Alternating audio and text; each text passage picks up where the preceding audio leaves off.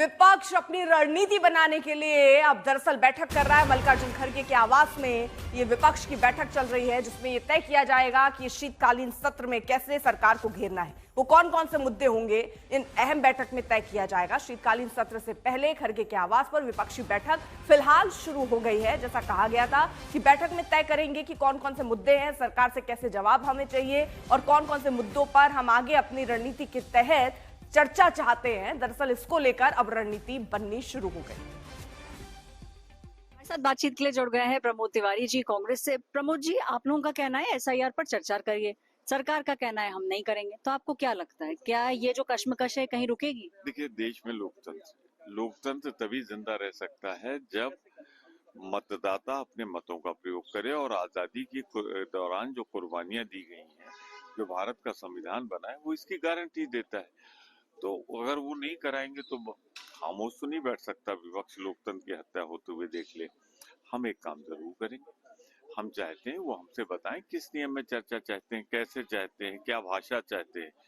पर इतने बीएलओ आत्महत्या कर रहे हैं, इतने आज ही सुबह एक मुरादाबाद में बीएलओ ने आत्महत्या की, तो क्या हम खामोशी से लोकतंत्र की हत्या होते हुए देखें?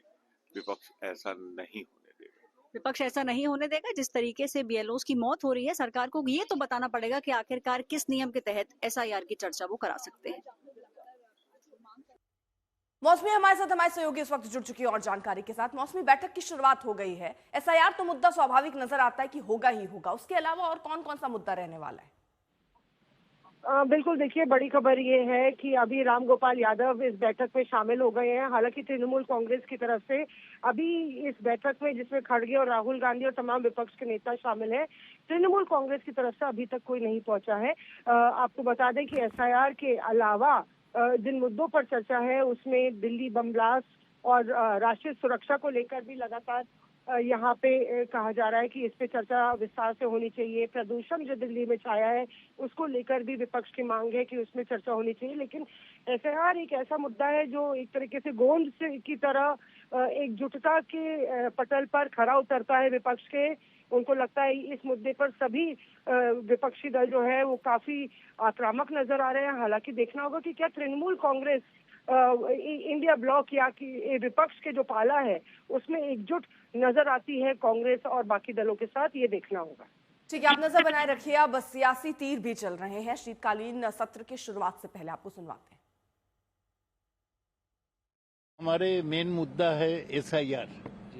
एसआईआर के कारण सारा देश में 40 से ज्यादा लोग का मौत हो गई है और बंगाल में सबसे ज्यादा है।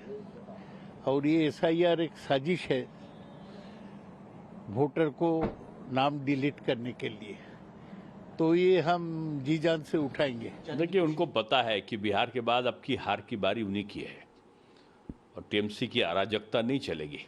बांग्लादेशी बॉर्डर पर एसआईआर के नाम पर जो घुसपैठिए रह रहे थे, उनकी भगदड़ ये टीएमसी की दोगली चाल को दिखाता है। ये जो एसआईआर है, ये इसकी नींव, कानूनी नींव भारतीय संविधान के अनुच्छेदों पर टिकी है। एसआईआर के द्वारा इस देश के करोड़ों लोगों का मत,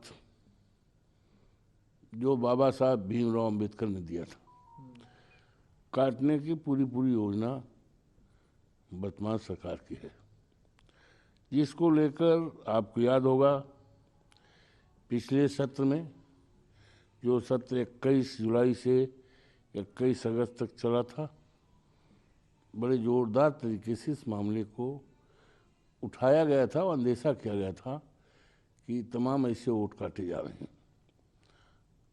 और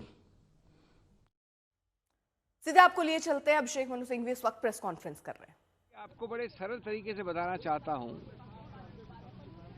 कि जहां कुछ हुआ ही नहीं, जहां कोई क्राइम ही नहीं है, वहां किस प्रकार से क्राइम की इजाद की जा सकती है, इसमें हमारे सत्तारूढ़ पार्टी के लोगों को और ईडी को एक नोबेल प्राइज मिलना चाहिए।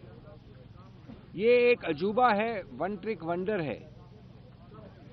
ये एक ही उदाहरण है जहां बिना एक पैसे के स्थानांतरण हुए, बिना एक मूवेबल या मूल संपत्ति इमूवेबल के स्थानांतरण हुए, जहां 1 मिलीमीटर तक किसी ने कोई फायदा नहीं उठाया, वहां एक मनी लॉन्ड्रिंग का ऑफेंस बनाया जा रहा है नेशनल हेरल्ड के विषय में। और ऐसा ये अजूबा है कि मैं समझता हूं कि ये पहली बार वन ऑफ द 7 और 8 वंडर्स ऑफ द वर्ल्ड में गिना जाना चाहिए। एजेएल से शुरू करता हूं मैं, आप सब